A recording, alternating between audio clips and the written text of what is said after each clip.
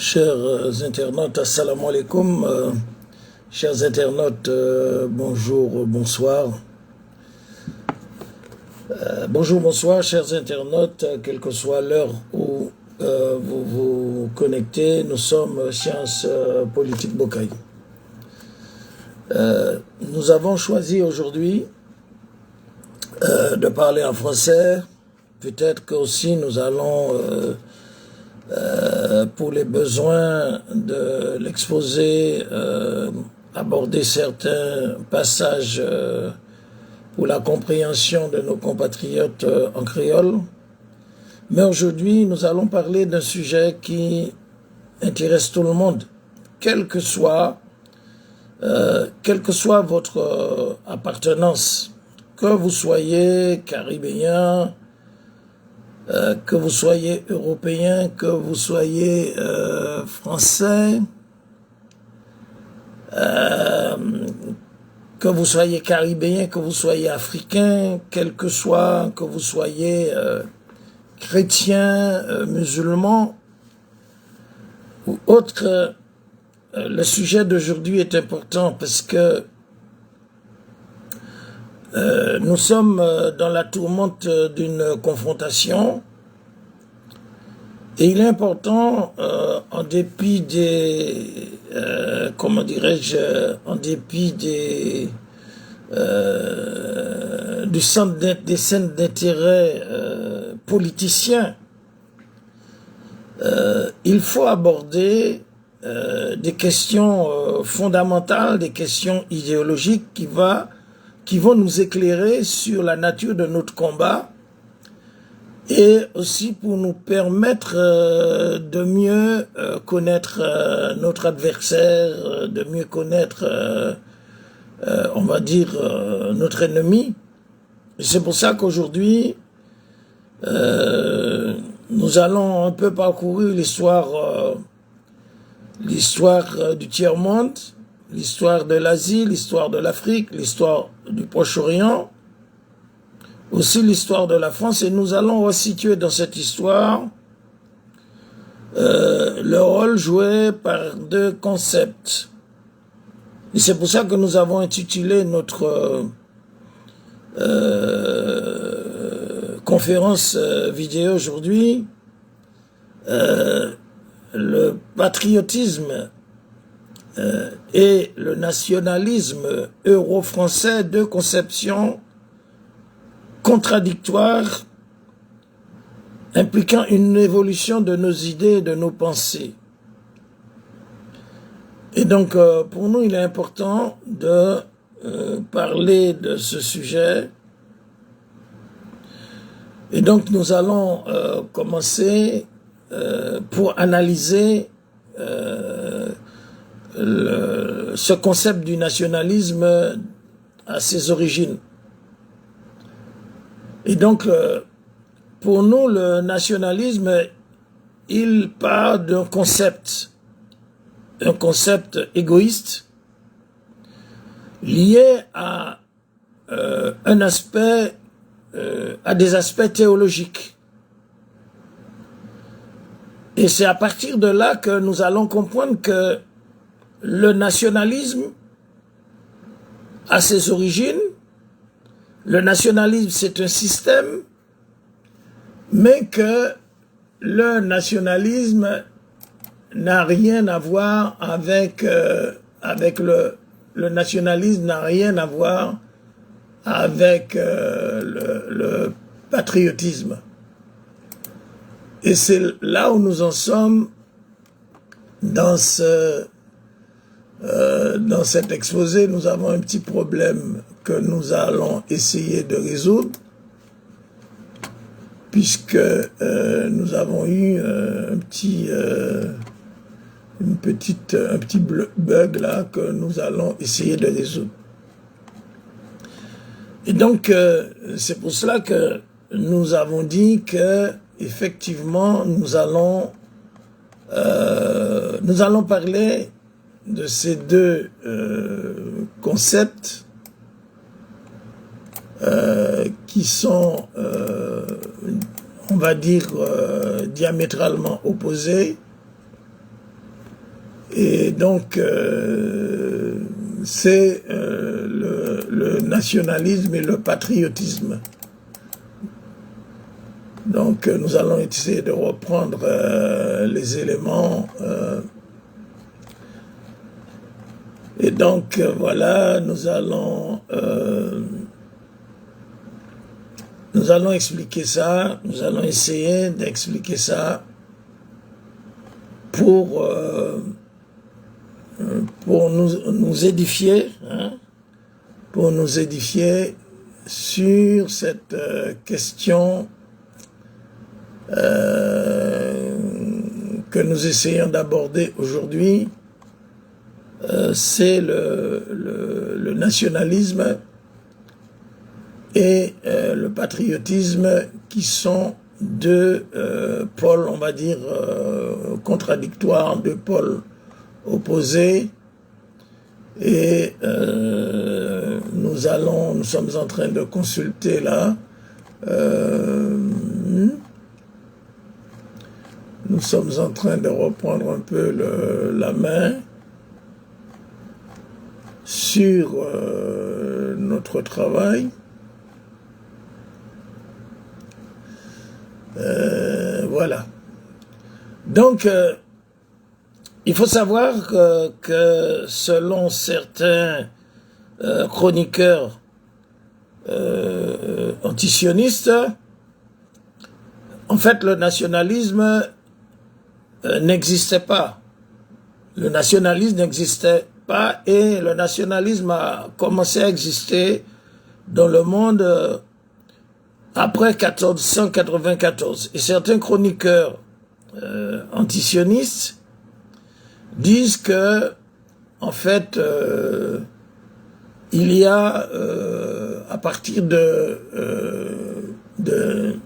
1492, suite à l'expulsion des Marranes, qui était une communauté juive qui a été expulsée d'Espagne à cette époque, cette communauté va prendre ses quartiers aux Pays-Bas. Et donc, d'après ces chroniqueurs antisionistes, que c'est à cette occasion que le nationalisme sera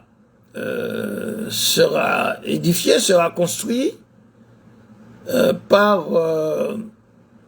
les Juifs marranes qui vont prendre leur quartier aux Pays-Bas. Et c'est à partir de là, nous disent les chroniqueurs antisionistes, qu'est né le nationalisme. Et donc, nous disons d'emblée que le nationalisme n'a rien à voir avec le patriotisme. Parce que le patriotisme, c'est un sentiment naturel qui est propre aux hommes et aussi aux animaux qui aiment leur lieu de naissance, qui aiment leur patrie, qui aiment leur pays et qui sont prêts à se sacrifier, à se dévouer pour la défense de leur pays. C'est ça le patriotisme. Le patriotisme, il est l'apanage du peuple. Parce que le peuple, dans son naissance, il aime son pays, il aime sa famille, il aime sa patrie, et ce peuple, il est épris d'un sentiment naturel qu'on appelle le patriotisme. Donc, lorsque le peuple prend le pouvoir par le peuple et pour le peuple, sous la base du patriotisme, en fonction de ses valeurs civilisationnelles, ses valeurs culturelles, ses valeurs spirituelles, en fonction de ses institutions, en fonction de sa vision du monde, eh bien, le peuple qui prend le pouvoir dans le cadre du patriotisme, il instaure un système conforme à ses valeurs morales, spirituelles, qui sont censées être des institutions qui doivent régir les problèmes temporels de gouvernement. Donc la morale, les valeurs spirituelles, les valeurs civilisationnelles de la patrie vont édifier, vont être à la base d'institutions pour régler les problèmes temporels de gouvernement. Mais le patriotisme, il ne faut pas confondre le patriotisme avec le nationalisme, parce que le nationalisme, dans sa conception originelle, on va dire judéo-talmudo-maçonnique, le patriotisme a une connotation particulière, parce que le premier peuple à avoir désigné un Dieu qui lui appartient, et que ce Dieu qui lui appartient l'a consacré comme une race élue. Et cette race élue est appelée à un mandat du ciel pour dominer le monde. Donc, il y a à la base, quand on étudie les racines du nationalisme, il y a des racines judéo-talmudo-maçonniques. Et donc, lorsque dans l'histoire, nous sommes dans une dimension théologique, nous avons expliqué le fond théologique du nationalisme, mais l'application du nationalisme à partir de l'État-nation créé par les Juifs marranes aux Pays-Bas, après leur expulsion en 492 de l'Espagne, eh bien, c'est un système, ce n'est pas le nationalisme n'est pas un sentiment naturel. Le patriotisme est un système qui va réfuter, qui sera opposé à toutes les valeurs sur lesquelles le peuple patriote se base pour créer son espace de gouvernement basé sur ses valeurs morales, ses valeurs spirituelles qui vont permettre à ce peuple de créer des institutions, de légiférer et de résoudre les affaires temporelles de gouvernement.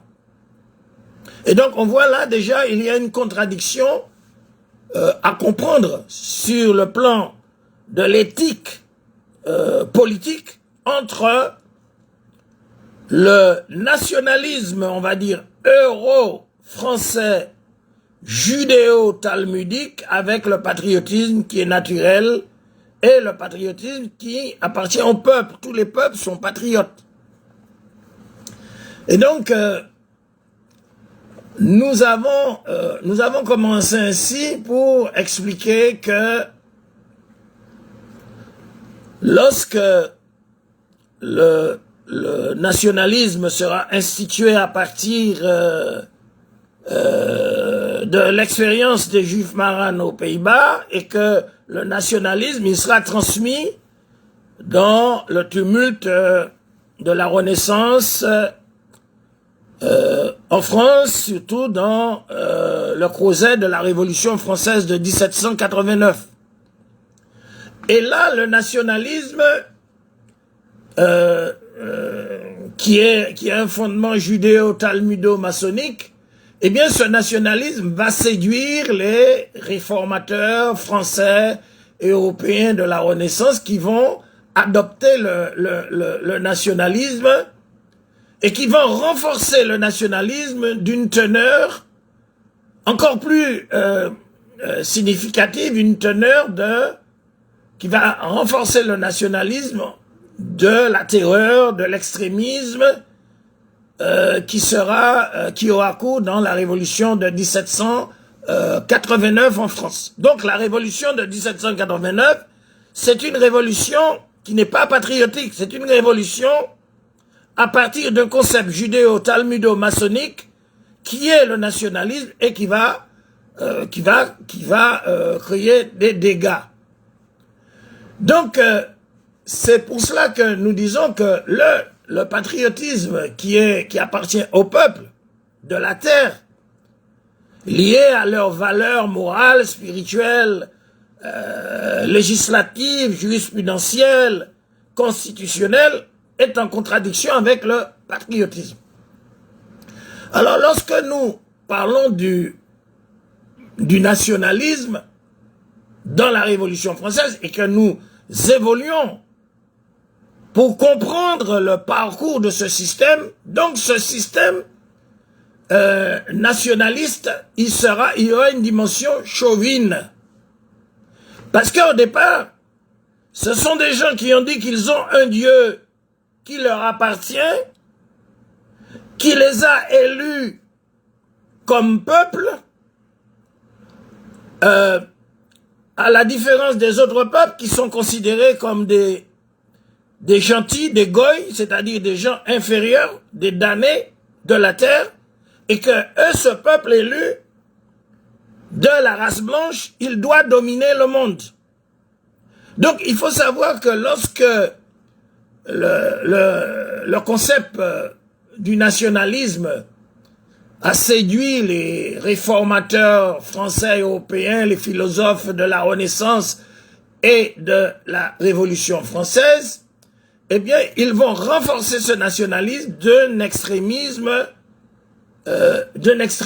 racialiste. Et c'est là qu'il faut situer l'origine chauvine du nationalisme républicain avec ses contours de la laïcité, du matérialisme et surtout avec au centre Jean-Jacques Rousseau, le philosophe lié au jacobinisme 1789, et une particularité du nationalisme chauvin républicain, c'est il impose un système matérialiste, un système de la laïcité qui, comment dirais-je, qui relève, on va dire, de l'obsession. Il y a l'obsession du nationalisme, de la laïcité, et qui a engendré l'anticléricalisme, l'obsession de l'esprit traditionnel. L'esprit traditionnel qui est en rapport aux valeurs civilisationnelles des peuples, empreintes de spiritualité, et que de cette spiritualité se dégage une vision de la société, une vision de la vie, comment dirais-je, un process de gouvernement que réfute le nationalisme qui lui-même, le nationalisme s'est érigé en religion, et donc nous allons y revenir. Donc, il faut savoir que le nationalisme français, il a créé beaucoup de dégâts. D'ailleurs, ce nationalisme français, dans son fondement anti-esprit traditionnel, pour ce nationalisme, il s'agit, le nationalisme français, le nationalisme de l'occidentalisme et le nationalisme des intellectuels occidentalisés, eh bien ce nationalisme, dans ses fondements, dans sa doctrine, exclut les valeurs morales patriotiques des peuples, c'est-à-dire exclut le divin dans la vie du citoyen et dans la vie de la société. Donc,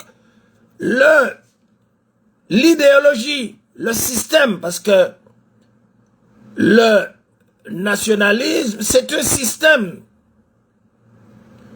Donc, ce système, il va mutiler le citoyen. Ce système va mutiler l'âme du citoyen et l'âme de la conscience collective de la société.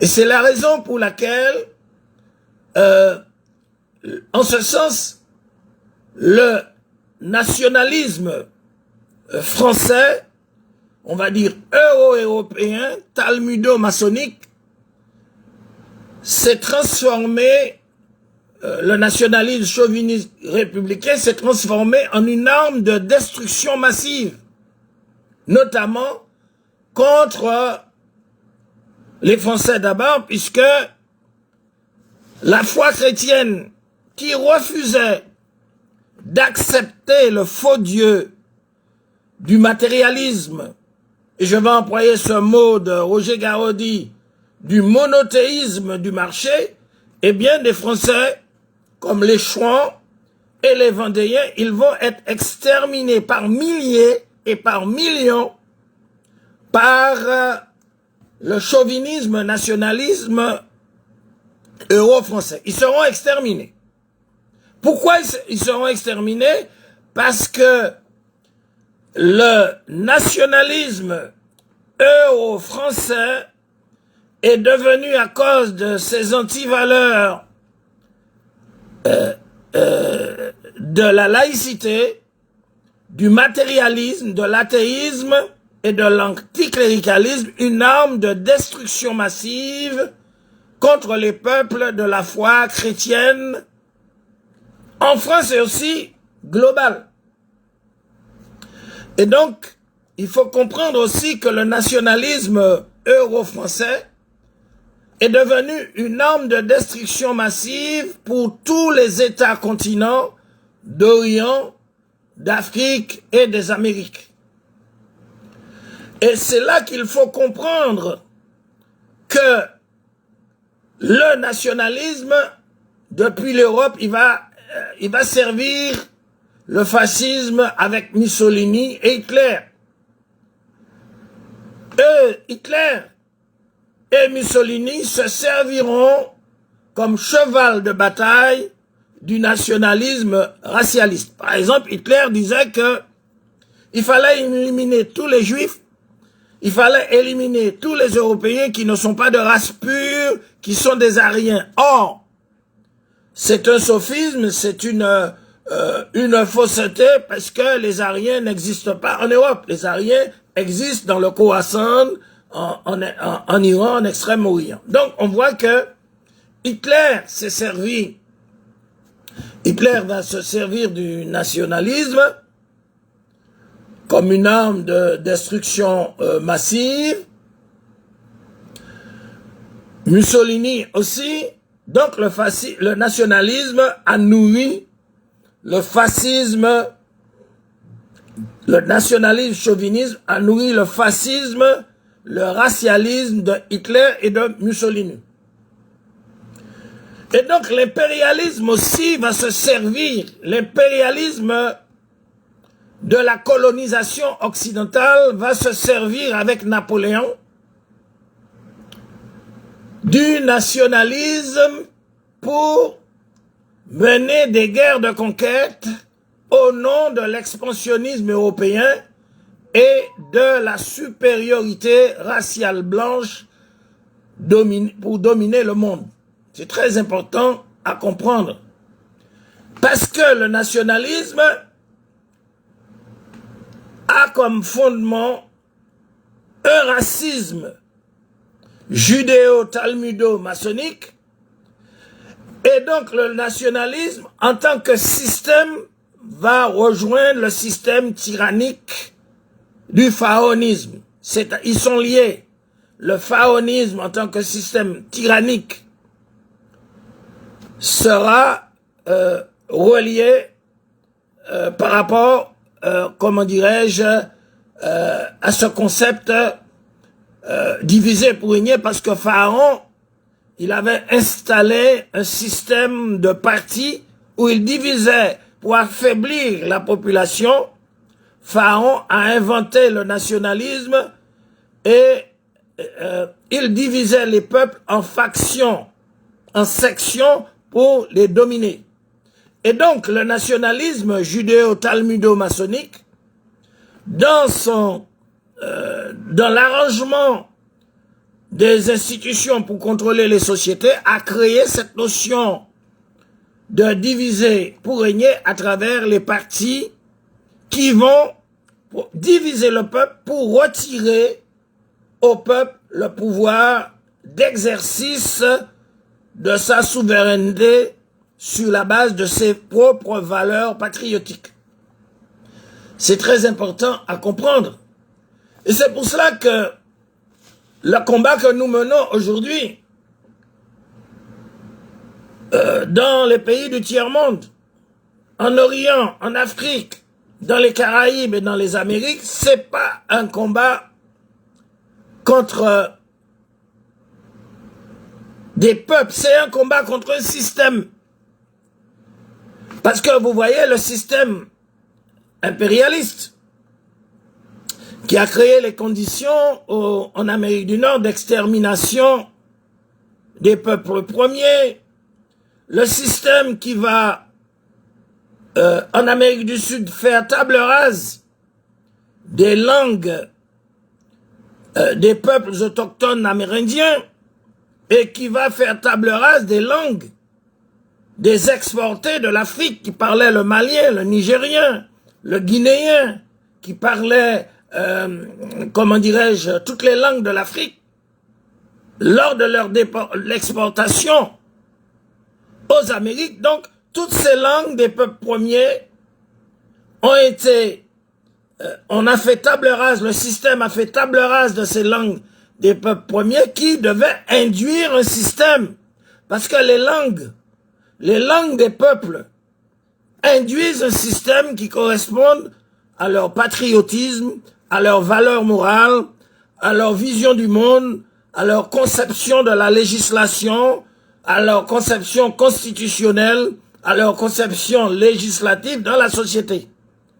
Et donc, aux Amériques, eh bien, on a fait table rase des langues des peuples premiers, amérindiens qui ont été exterminés en Amérique du Nord et en Amérique du Sud, il en reste quelques-uns, et on a replacé ces langues à travers des élites occidentalisées, des élites qui vont véhiculer les langues anglaises, les langues espagnoles, les langues portugaises et les langues françaises pour induire dans ces peuples non européens des systèmes européens aussi subséquents qui vont enfermer ces peuples dans un système de nationalité et de nationalisme carcéral. Il faut bien comprendre cela dans le combat que nous menons.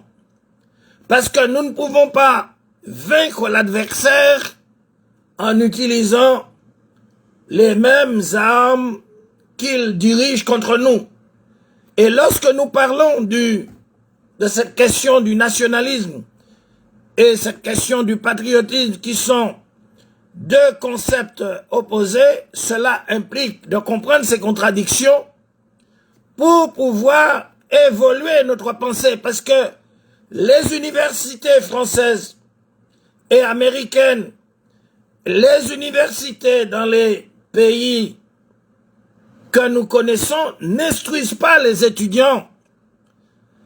Ils mettent en forme l'esprit des étudiants pour qu'ils puissent reproduire le système dominant de l'impérialisme culturel.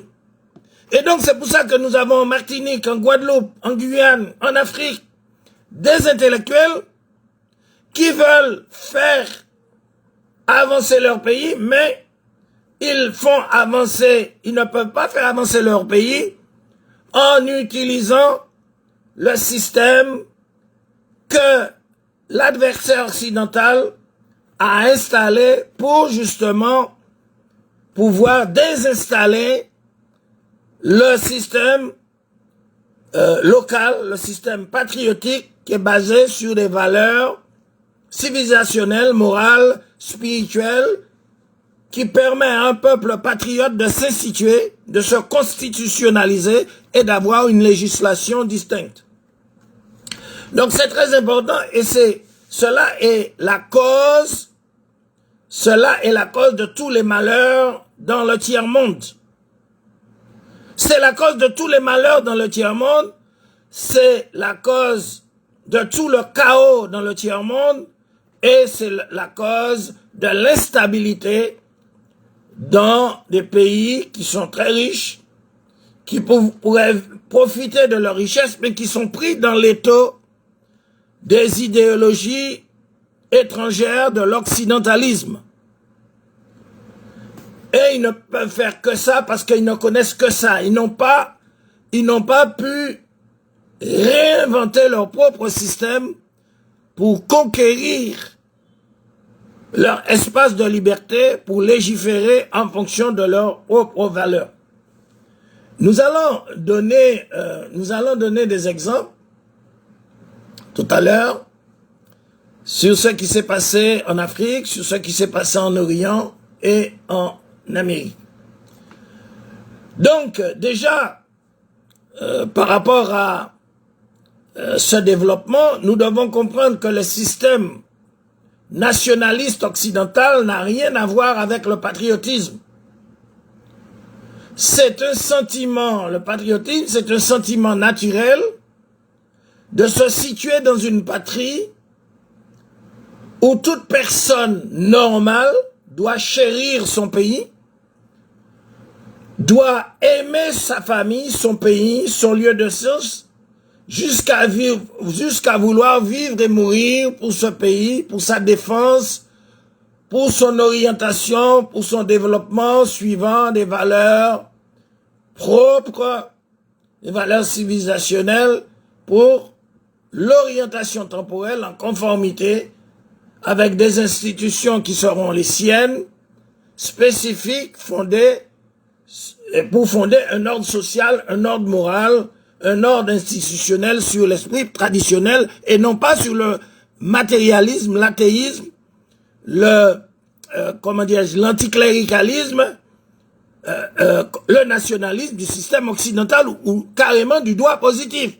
Parce que le droit positif est lié au système occidental qui exclut l'esprit traditionnel, c'est-à-dire qui exclut dans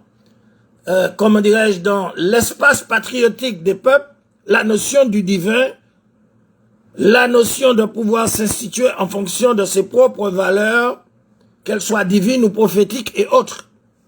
Donc, nous devons comprendre effectivement que le nationalisme euro-français occidental qui nous a été vendu dans les universités, dans les livres des philosophes occidentaux, eh bien, le nationalisme occidental est à l'opposé du patriotisme et donc c'est une superstructure rivale.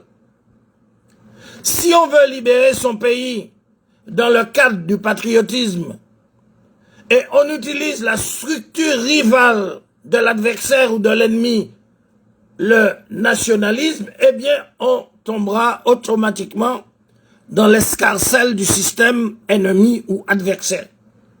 Et c'est pour ça que nous devons comprendre qu'il y a une réforme fondamentale à faire dans notre désoccidentalisation idéologique, dans la désoccidentalisation de nos pensées, pour comprendre le système. Parce que le système, nous le vaincrons lorsque nous l'aurons exorcisé dans nos pensées, dans nos sociétés, dans notre vie, dans nos institutions. Mais faire une révolution soi-disant indépendantiste comme on l'a fait en Orient pour détruire les valeurs des États-continents, eh bien c'est une contre-révolution qui n'est pas révolution mais qui est une réactionnaire. Nous allons y venir tout à l'heure. Et donc il faut comprendre que le nationalisme occidental, à l'opposé du patriotisme, c'est une structure, une superstructure, comme une religion. Le nationalisme, c'est une religion. Le nationalisme, c'est la religion du Dieu matérialiste. Le nationalisme, c'est la religion du veau d'or. Le nationalisme, c'est la religion de Mammon. Et le nationalisme, c'est la religion satanique. Si nous pouvons nous exprimer ainsi, parce que le nationalisme euro-occidental, c'est une structure rivale pour dominer, une structure de domination de l'autocratie du matérialisme, qui est reliée au monothéisme du marché, comme disait Roger Garaudy, et le nationalisme occidental qui est lié, qui est une superstructure rivale, c'est une religion elle est reliée au, comment dirais-je, le nationalisme ne reconnaît que la divinité de la République. Cette divinité de la République, ce Dieu de la République est consacré par le nationalisme judéo-talmudique. Il a choisi son Dieu qui est incarné soit dans le pharaon, donc le Dieu du nationalisme, c'est soit le pharaon ou le Dieu d'un peuple élu d'une race supérieure, qu'elle soit noire ou blanche. Ce Dieu qui a été intronisé pour dominer la société et pour dominer le monde. Donc je reprends, c'est très important. Le nationalisme occidental, à l'opposé du patriotisme, est une superstructure rivale, déifiée, c'est-à-dire c'est une structure déifiée qui s'est érigée en Dieu. Donc, le nationalisme, c'est la religion de la République, déifiée, de la domination de l'autocratie matérialiste, reliée au, comment dirais-je, relié au monothéisme du marché, comme disait notre professeur Roger Gaudi, et qui ne reconnaît que la divinité de la République, consacrée du nationalisme judéo-talmudique, qui a choisi un Dieu incarné à travers soit le pharaon ou un Dieu incarné à travers un peuple élu d'une race supérieure, qui soit blanche ou noire, intronisée pour dominer la société et pour dominer le monde. Donc, le nationalisme n'est pas de nous. Et lorsque nous adoptons le nationalisme, nous sommes dans l'ignorance. Lorsque nous adoptons le nationalisme de l'adversaire colonial, nous sommes de la dissidence par rapport aux objectifs de notre propre patrie. Et c'est ce que le rôle que les universités, les écoles coloniales, ce rôle a été consacré par les universités et les écoles coloniales qui vont détruire les fondements des civilisations non européennes. Donc la République, c'est une religion qui est édifiée sur la base du nationalisme en tant qu'une superstructure déifiée pour incarner, je répète, c'est très important, l'autocratie absolue du monothéisme du marché ou du matérialisme. Cette république, comme une religion, à l'instar d'une religion, elle a ses rites. Donc nous avons adopté les rites de la religion de la République. Nous avons adopté, par ignorance, par mauvaise information, nous avons adopté la République à l'instar d'une religion. Donc la République a ses rites. La République impose à ses citoyens qui sont enrégimentés dans la cité-État nationaliste, il impose, cette République en tant que religion, impose ses liturgies, ses rites, c'est-à-dire impose son rythme national. La République impose aux citoyens son rythme, c'est son hymne national. Ça fait partie de sa religion. La République impose son drapeau. Le drapeau, c'est l'emblème du Dieu de la République. Et le nationalisme à travers la République, elle vénère ses héros et même les monuments à la gloire de ces héros qui sont vénérés comme des dieux du système nationaliste. Et donc c'est pour cela que nous nous sommes trompés. Nous sommes trompés de chemin, nous sommes trompés de route et nous avons adopté un système, le système de l'adversaire, puisque nous avons expliqué que tout ce déballage de la religion de la République, du nationalisme, à travers son hymne national, son drapeau, la vénération de ces héros et de ces monuments à leur gloire et à leur vénération comme des dieux du système nationaliste, Tout cela fait partie effectivement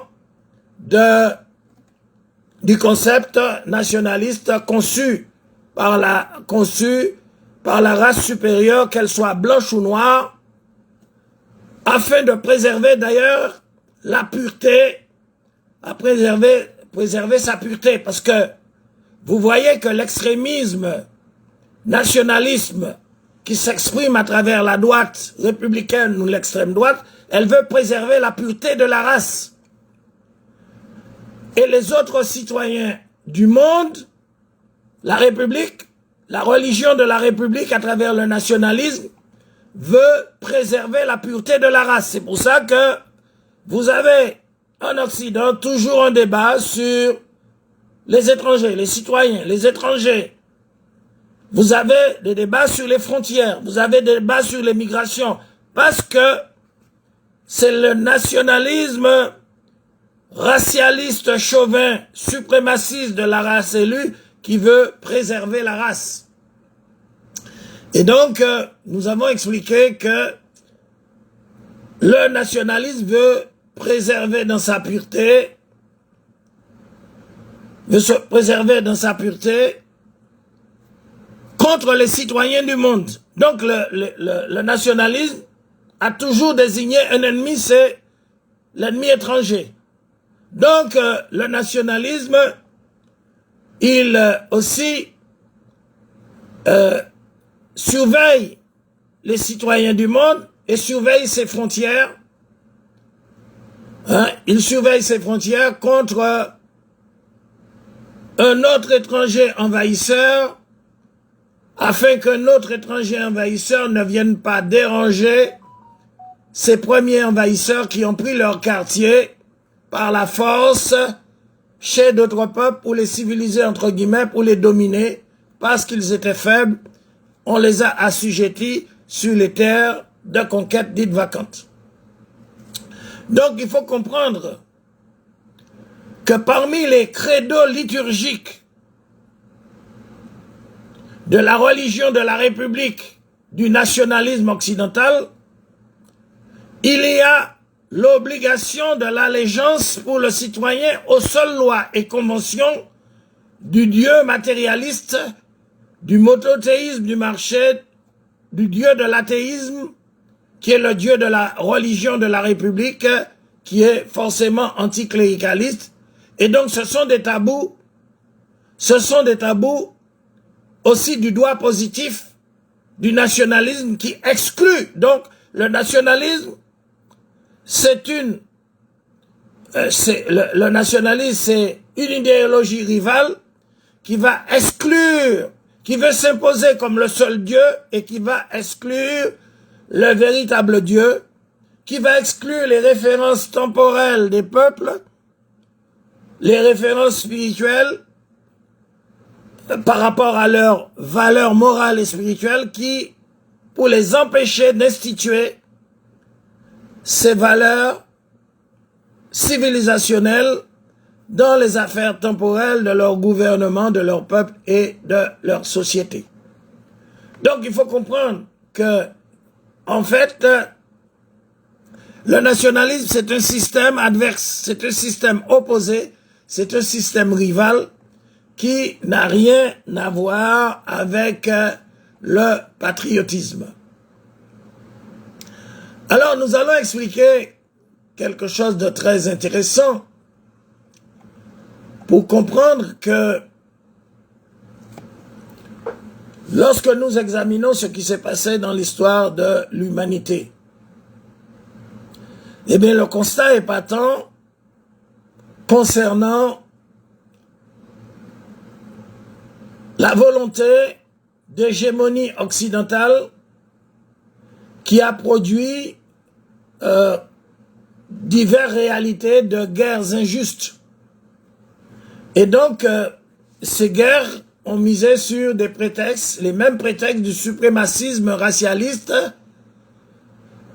qui va s'octroyer l'usage de la force amorale comme mobile et justificatif pour engager de nombreuses campagnes d'invasion coloniale européenne contre d'autres peuples non européens, y compris pour démanteler tous les États-continents de la planète. Parce que l'Afrique, c'était un continent-État. L'Afrique n'avait pas...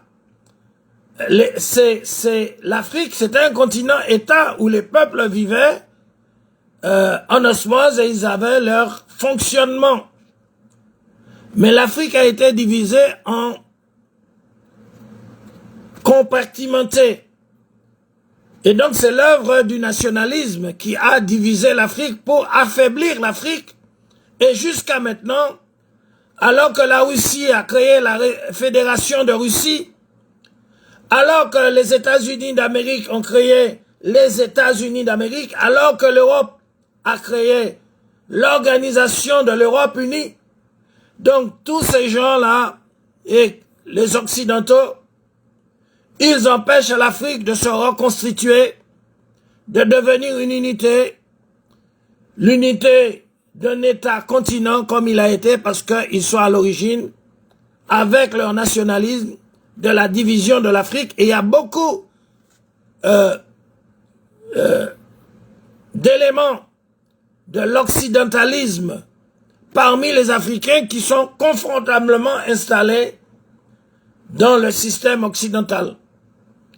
Et nous verrons que toutes les campagnes, l'usage de la force, les nombreuses invasions coloniales européennes contre les autres peuples avaient comme objectif du nationalisme de démanteler en dehors des États européens tous les continents-États, c'est-à-dire ils vont démanteler le Moyen-Orient, ils vont démanteler l'État-continent du Proche et du Moyen-Orient, ils vont démanteler l'Afrique et ils vont démanteler aussi l'Amérique, les Amériques, l'Amérique du Nord et l'Amérique du Sud. Et donc, il faut bien comprendre cette réalité aujourd'hui.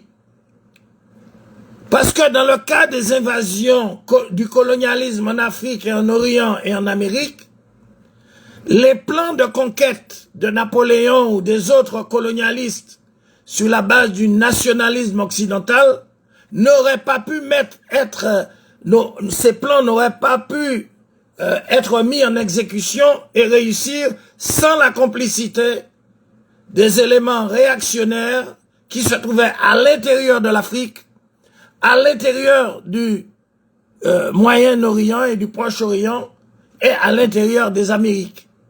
Et pour les Amériques, nous avons vu que il y a eu des francocrates, des anglocrates, des hispanocrates et des lusocrates qui vont compléter le travail des colons de faire table rase des langues parlées par les Africains déportés aux Amériques, qui vont compléter le travail des Occidentaux d'éradication des langues des peuples premiers amérindiens pour remplacer ces langues par les langues françaises, les langues espagnoles, les langues portugaises, les langues françaises et anglaises pour insérer ces peuples qui avaient leur propre langue et puis qui pouvaient créer à partir de leur langue leur propre système pour les insérer dans un système français, espagnol, portugais, anglais qui va tout simplement abrutir ces peuples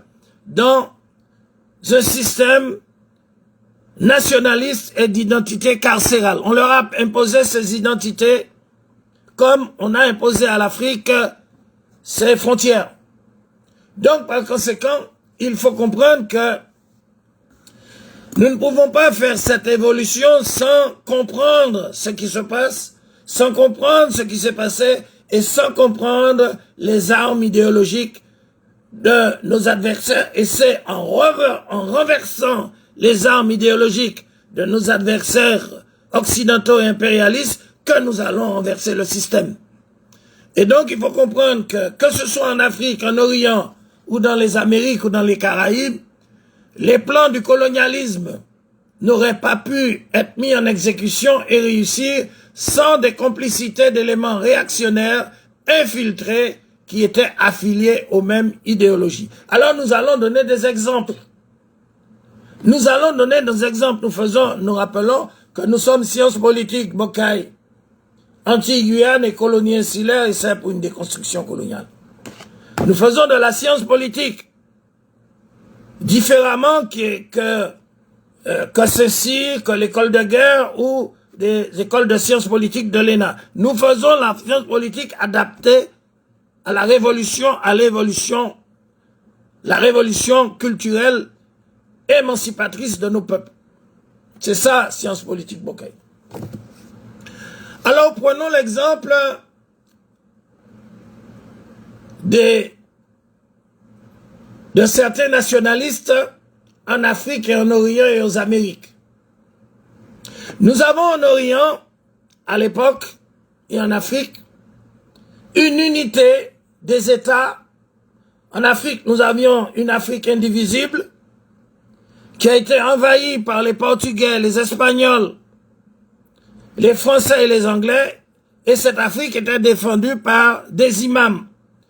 Depuis l'Amir Abdelkader en Algérie, ensuite Omar Mokhtar en Libye, et tous ces résistants qui se sont, y compris Berzin, parce qu'il n'y avait pas de division, il y avait les populations animistes.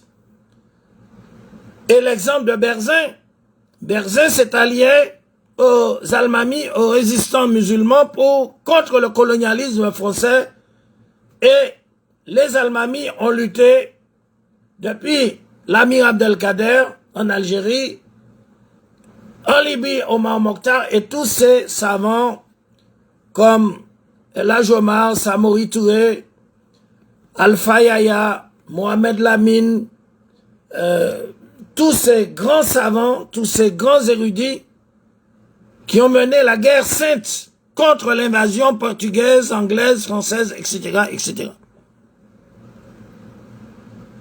Et cette guerre sainte était menée avec le support des profondeurs stratégiques des sanctuaires de l'islam, puisque effectivement, c'est à partir des sanctuaires de l'islam que les résistants africains avaient la possibilité de, des offensives stratégiques contre, donc ils étaient unis.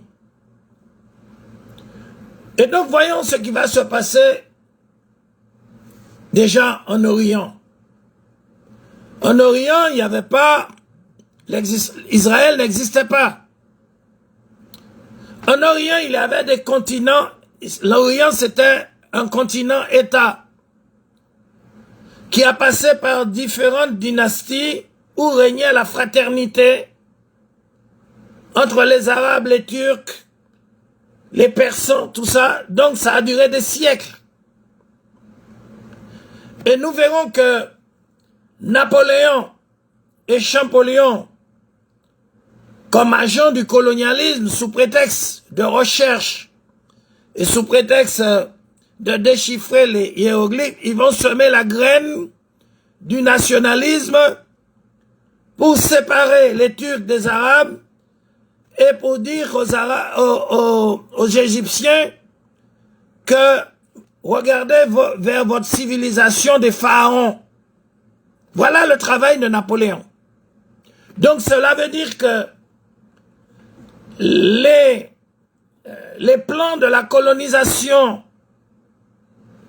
anglaise, française, italienne et autres n'auraient pas réussi en Orient si il n'y avait pas la complicité, des complicités intérieures des intellectuels occidentalisés. Il faut bien comprendre cela. Donc en Orient, en Afrique, vous avez à un moment donné des personnes qui vont se réclamer du séparatisme. C'est-à-dire, il y avait un continent-État et ils optaient pour le plan des adversaires occidentaux colons de séparer ce continent-État et de le diviser. Donc vous avez des intellectuels en Égypte, partout dans le monde arabe, qui vont à un moment donné se réclamer du séparatisme et ils vont se déclarer indépendantistes. Donc c'est le nationalisme euro-occidental pour diviser les États continents va exploiter le séparatisme et va exploiter le concept indépendantiste pour diviser l'Afrique en 1000 morceaux et pour diviser le continent État de l'Orient qui était un continent immense, un continent État basé sur la fraternité des peuples. Et donc c'est en réalité ces intellectuels arabes qui ont marché de même pas avec l'Occident, ce n'étaient pas des révolutionnaires. C'était plutôt des démagogues qui marchaient de même pas avec l'Occident tout en se disant indépendantistes ou nationalistes. C'était des démagogues qui avalisaient le plan de l'impérialisme occidental auquel idéologiquement ils étaient affiliés aux superstructures de l'idéologie de la religion, de la République, de la religion du nationalisme, qui en fait était sous le contrôle des oligarchies qui étaient opposées à l'esprit traditionnel de par leur philosophie, leur pensée, leur secte maçonnique, agnostique et aussi les diversions pseudo-religieuses, romaines, vaticanes et autres.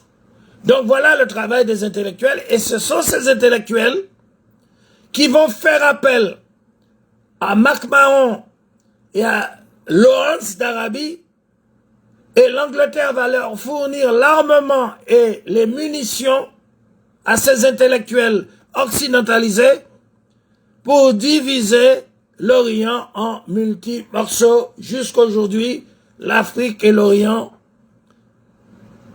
ont peine à se rétablir, contrairement à l'Europe qui a créé son unité et contrairement à l'Amérique qui a envahi les peuples amérindiens pour les exterminer et pour prendre leur pays. Donc vous voyez cette réalité du nationalisme.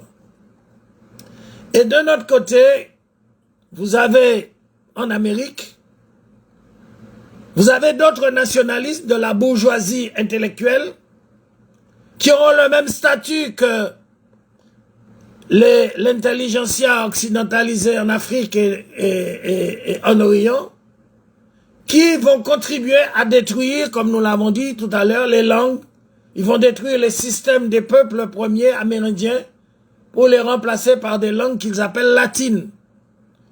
Et donc les langues des peuples qui vont être exportés du Mali, parce que ces peuples qui sont exportés du Mali, ils parlaient les langues maliennes.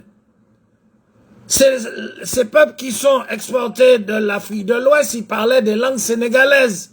Ils parlaient le Wolof, ils parlaient le Sarakoulé, ils parlaient les langues de Guinée, le Peul, etc. Donc, dans les Caraïbes, nous aurons le travail des intellectuels qui vont dans le sillage, exactement comme les intellectuels occidentalisés en Orient, eh bien, ils vont travailler au profit des langues latines comme des vecteurs d'insertion des peuples qui parlaient le malien, qui parlaient le nigérien, qui parlaient le guinéen, qui parlaient l'amérindien. Ils seront insérés à travers des langues latines qui seront des vecteurs d'insertion forcés de ces peuples dans d'autres systèmes occidentaux. Donc c'est ce qu'on appelle l'assimilation au nationalisme. Vous aurez en Afrique aussi d'autres démagogues racialistes, nationalistes de l'occidentalisme et du néocolonialisme qui vont inventer des courants culturels racialistes à l'instar de la négritude de Senghor. La négritude de Senghor et de Césaire, ce concept est inscrit dans le nationalisme français occidental racialiste. Et donc vous verrez que les néocolonialistes comme Léopold Sédar Senghor comme Mobutu, comme tout cela, eh bien, ils se réclamaient d'idéologies innovantes comme Aimé Césaire. Et donc, ces idéologies, au niveau de l'Afrique, vous aurez aussi des démagogies des nationalistes africains de l'occidentalisme et du néocolonialisme qui vont inventer des courants culturels racialistes, pas anticapitalistes. Nous précisons des courants racialistes du nationalisme occidental. Parce que l'impérialisme ou le capitalisme, il a peur du mouvement anticapitaliste qui va nationaliser tous les biens des propriétaires fonciers, qui va nationaliser toutes les banques, qui va nationaliser tout le, comment dirais-je, le patrimoine, import-export, toutes les usines, tout ça. Donc, les oligarchies de la finance apatride, ils ont peur du mouvement anticapitaliste des ouvriers, des moustadafines, des opprimés, des paysans, des intellectuels anticapitalistes, mais ils n'ont pas peur des mouvements racialistes, parce que c'est eux-mêmes, c'est-à-dire Senghor a été créé par le colonialisme français. Césaire a été créé par l'impérialisme culturel français. Et vous voyez bien que vous avez des démagogues nationalistes de l'occidentalisme qui vont inventer, pour tromper les peuples, des courants racialistes à l'instar de la négritude de Léopold Sédar Senghor, de même de Césaire. Il y a d'autres à citer que nous évitons de citer, qui vont aboutir finalement, donc derrière, c'est-à-dire la négritude de Césaire et de Senghor était l'antichambre du suprémacisme noir, comment dirais-je, racialiste, de l'afrocentrisme, d'Anta Diop, de tous ces kémites qui sont aussi dans la continuité de la diversion du nationalisme euro-occidental racialiste. Donc, nous verrons que tous les intellectuels tous ces intellectuels de l'occidentalisme qui sont issus de l'école nationaliste, ils sont issus de l'école nationaliste européenne depuis 1492 jusqu'à l'époque contemporaine, et leur mission c'est d'investir le nationalisme sous des formes diverses. Le nationalisme euro-occidental, judéo-talmudique est investi en Afrique sous la forme de l'afrocentrisme, sous la forme du kémitisme. Ça n'a rien à voir avec le panafricanisme combattant des Cabral, des Agostinho Neto, des Lumumba, etc., etc. C'était des mouvements de libération anticapitaliste, tandis que l'afrocentrisme et le kémitisme sont des diversions, des diversions des intellectuels de l'occidentalisme issus de l'école nationaliste des universités européennes depuis 1492 à notre époque, qui ont la mission d'investir sous couvert de l'afrocentrisme, du kémitisme, de la négritude, d'investir le nationalisme sous des formes les plus diverses et subtiles, soi-disant pour refaire le monde à l'image du monde moderne en crise sur les dépouilles de ces États-continents d'Afrique, d'Asie et d'Amérique latine qui ont été dépecés bien auparavant par les soins de l'impérialisme culturel. Donc c'est très important de comprendre cette réalité pour pouvoir savoir effectivement que ce qu'est le nationalisme le nationalisme du patriotisme. Et nous allons apporter des éléments de conclusion, hein, parce qu'aujourd'hui nous n'allons pas être trop prolifiques. Nous allons apporter des éléments de conclusion pour expliquer effectivement que qu'il y a des connivences. Il y a des connivences de la réalité des agendas étrangers par rapport au ballon d'essai des extrémistes qui ciblent le continent africain et la diaspora aux Caraïbes. Et donc, il faut bien comprendre cela et nous allons essayer de trouver le, comment dirais-je, le thème de la conclusion. Le thème de la conclusion, nous allons vous nous gratifier d'une petite pause pour arriver à cette conclusion. Et donc, nous allons aller un peu plus vite. Nous allons aller un peu plus vite.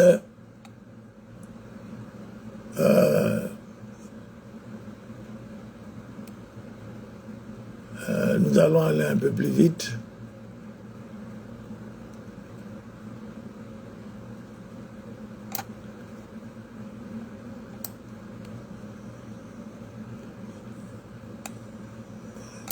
Donc, il y a une réalité que nous devons comprendre, que, en fait, le système, il a différentes facettes. Nous devons connaître le système pour pouvoir le sortir, parce que nous n'allons pas nous libérer en chassant uniquement les Français. Parce que même si les Français partent, le système qu'ils ont mis en place, il va rester. Et donc, par conséquent, nous serons toujours, en fait, tributaires, nous serons toujours les esclaves du système. Donc, dans notre combat, c'est du système que nous devons nous libérer. Et cela est très important et difficile à comprendre parce que nous sommes dans une réalité où nous avons un microcosme intellectuel contaminé, un microcosme politicien contaminé, et toute évolution, tout changement qui remet en cause le statut de la domination occidentale, euro-nationaliste, talmudo-maçonnique, eh bien, est très dangereux pour eux. Et c'est pour ça que nous devons comprendre qu'ils veulent se recycler. Ils veulent se recycler. Alors nous allons conclure sur ce passage de Sciences politiques Bocaille. Donc, en parlant des doctrines, nous devons identifier les doctrines occidentales et leurs conséquences. Les doctrines occidentales sont dangereuses parce que même si nous faisons partir corporellement les Français, ça veut dire si les Français quittent les casernes, quittent la police, quittent les institutions, eh bien leur système va rester dans la tête de ceux qu'ils ont formés. Et donc c'est la raison pour laquelle nous devons comprendre que les doctrines du nationalisme talmudo-maçonnique euro-français sont très dangereuses et que par conséquent, nous devons les connaître pour pouvoir en sortir. Mais c'est la vraie, en fait, c'est la vraie révolution, c'est la révolution la plus difficile. Et donc, c'est à cela que nous devons nous atteler à ce travail-là pour pouvoir vraiment nous en sortir de ce combat, pour nous sortir victorieux de ce combat, puisque nous voyons que même aujourd'hui, l'Afrique ce débat dans ses contradictions par rapport à ces élites, que effectivement le peuple, les peuples passent de l'assujettissement colonial à l'assujettissement néocolonial par des propres élites africaines ou autres. Donc, par conséquent, nous voyons que le travail que nous devons faire pour nous libérer, c'est un travail important, c'est un travail mental. C'est un travail important, c'est un travail mental. Ce travail, c'est un travail idéologique parce qu'effectivement, vous avez parmi nous ceux qui ont été formés par le système et en sachant qu'ils sont contre nous. Parce que lorsqu'ils sont avec le système, ils sont contre nous. Ils sont contre leur peuple. Ils sont contre leur territoire. Et leur démagogie consiste à, comment dirais-je, à donner l'impression qu'ils servent les intérêts du peuple. Et en réalité, nous voyons avec les décennies de débâcle que cela a abouti au fiasco de la dépendance, de la néocolonisation et de la remise en état du système étranger colonial par nos propres ressortissants africains, etc., etc. Donc, nous devons faire très attention et c'est dans ce but que nous vous communiquons des éléments sur nos recherches pour mesurer la dimension de notre combat et l'importance de la connaissance, parce que l'action sans connaissance, c'est une action qui est, on va dire, vouée à l'échec. Et c'est la raison pour laquelle Sciences Politiques Bocaille s'efforce de faire des recherches, de les communiquer au fur et à mesure pour, comment dirais-je, mettre à jour un certain nombre d'éléments, de concepts pour pouvoir mieux comprendre les objectifs de notre lutte. Et c'est la raison pour laquelle nous devons faire un effort sur nous-mêmes, un effort de réflexion, un effort de désoccidentalisation. Et ce parcours doit nous permettre de remonter le fil de notre aliénation. Pourquoi nous avons hérité d'une citoyenneté carcérale? Pourquoi on nous a enseigné les langues françaises, espagnoles, portugaises, qui vont nous mutiler dans notre dans l'esprit de notre expression de nos langues africaines qui ont été éradiquées? Ils vont nous mutiler, ils vont mutiler nos âmes et ils vont mutiler l'âme de la conscience collective. Et c'est la raison pour laquelle nous devons essayer de comprendre ce qui s'est passé pour essayer de remonter le fil pour pouvoir comprendre le sens de notre combat. Et en réalité, c'est ainsi que nous allons terminer notre intervention. Je rappelle que nous sommes Sciences Politiques Bocaille. Nous avons écrit un livre-programme Sciences Politiques Bocaille, Antilles-Guyane et Colonie insulaire, essai pour une déconstruction coloniale.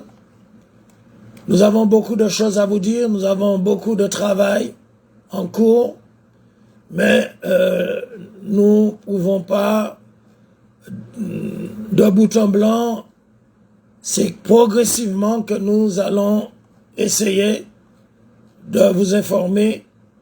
Et d'ailleurs, nous remercions à tous ceux qui ont donné des, comment dirais-je, ont étudié nos vidéos, qui ne sont pas des vidéos faciles, mais qui sont des vidéos thématiques qui demandent la réflexion d'esprit bien éclairé.